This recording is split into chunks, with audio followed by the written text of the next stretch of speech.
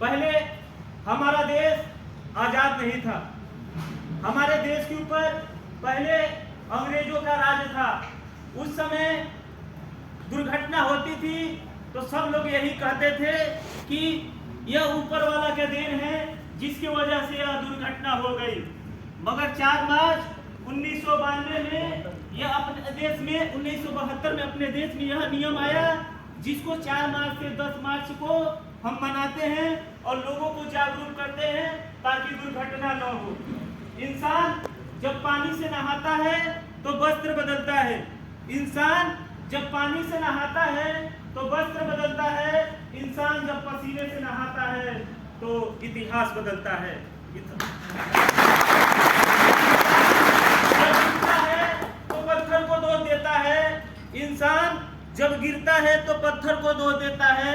इंसान जब डूबता है तो पानी को दोष देता है। और इंसान जब कुछ नहीं कर पाता है तो अपने किस्मत को दोष देता है। आप अपने जीवन में कभी मायूस मत होना। यह मत सोचना कि मैं गरीब घर में जन्म लिया हूँ तो आगे कुछ नहीं कर पाऊंगा। यह मत सोचना कि मैं छोटे बिरादरी से हूँ तो आगे कुछ नहीं कर पाऊंगा। आपने डॉक्टर भीमराव अंबेडकर का नाम सुना होगा। डॉक्टर भीमराव अंबेडकर एक गरीब परिवार से थे। वो जाति के हरिजन थे। जब उनके नेतृत्व में संविधान लिखा गया तो आज पूरे विश्व के लोग उन्हें जानते और पहचानते हैं। जिस तरह आप क्रिकेट खेलते हैं और क्रिकेट में छक्के चौके लगाते हैं, ठीक उसी प्रकार आप अपने जीवन में भी लगाने का प्रयास करना। आप सभी लोगों के घर मोटरसाइकिल है, आप सभी लोग बाइक चलाते हैं, मगर जब नेशनल हाईवे पर आप बाइक लेके जाते हैं तो उस समय आप 70-80 की स्पीड में चला देते हैं, बिना हेलमेट का आप चलाते हैं।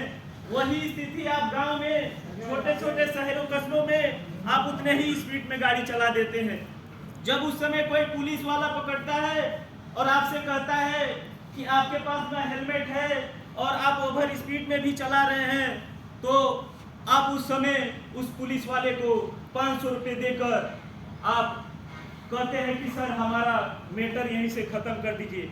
पता है आप उस समय आप अपने जीवन को बेचते हैं। आप इस दुनिया में आने के लिए अपने माँ के पेट में 9 महीना तक रहते हैं, फिर इस दुनिया में आते हैं। मतदान करने के लिए आपको 18 साल लगता है, तब जाके आप वोट देने के लायक होते हैं। आपको पैदल अपने पैरों पर चलने के लिए आपको 2 साल का इंतजार करना पड़ता है।